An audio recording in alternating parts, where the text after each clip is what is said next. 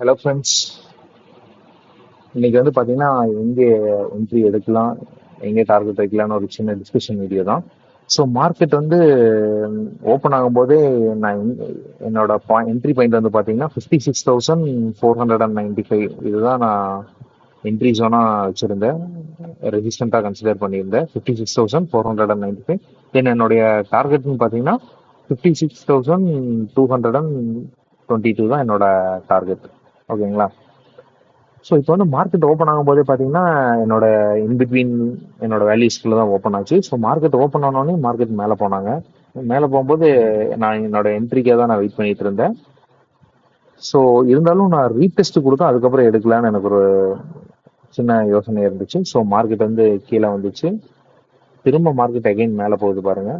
So market வந்து என்னோட resistant வேல்யூவான 56,495க்கு கீழே க்ளோஸ் கொடுத்தா நம்ம என்ட்ரி எடுக்கலாம் ஃபுட் சைடுன்னு நினச்சி. ஸோ அதே மாதிரி பார்த்தீங்கன்னா இந்த இடத்துல க்ளோஸ் கொடுத்துருக்கான். ஸோ அதனால நான் என்ன பண்ணேன்னா என்னோட என்ட்ரி நான் கரெக்டாக எடுத்தேன். எந்த கேண்டில்னு பார்த்தீங்கன்னா 1040 கேண்டிலில் நான் கரெக்டாக என்ட்ரி எடுத்தேன். தென் என்னோட டார்கெட்டான 56,222 ரீச் ஆச்சு. ஓகேங்களா? ஸோ இது வந்து நம்ம எவ்வளோ பாயிண்ட்ஸ் ஆப்ஷன்ஸில் கேப்சர் பண்ணோம்னு பார்த்தீங்கன்னா ஒரு சின்ன calculation.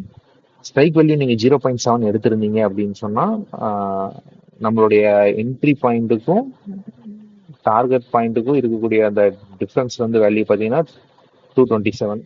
So 227 into delta value, அதுதான் அதுக்காக நம்ம மல்டிப்ளை பண்ணும்போது 156. இவ்வளோ பாயிண்ட் நான் வந்து ஆப்ஷன்ஸில் கேப்சர் பண்ணியிருக்கேன். ஓகேங்களா? ஸோ 156 பாயிண்ட் ஈஸியாக ஆப்ஷன்ஸில் கேப்சர் பண்ணியிருக்கலாம்.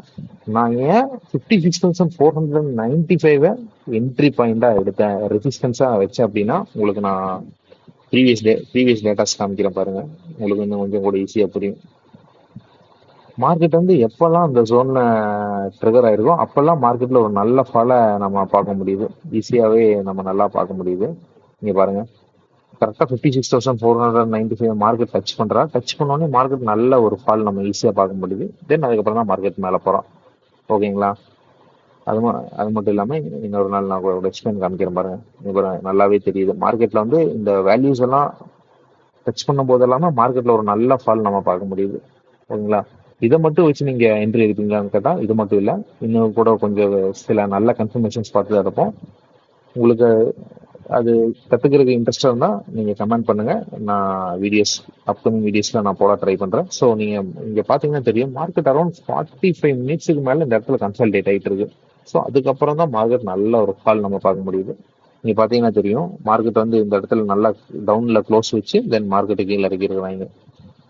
ஸோ இன்னைக்கு வந்து ஈஸியாக நம்ம ஒரு 150 பாயிண்ட்ஸ்க்கு மேலே ஈஸியாக கேப்சர் பண்ண முடிஞ்சு. ஸோ உங்களுக்கு இது யூஸ்ஃபுல்லாக இருந்திருக்கும்னு நினைக்கிறேன். யூஸ்ஃபுல்லாக இருந்தால் லைக் பண்ணுங்கள். Thanks for watching.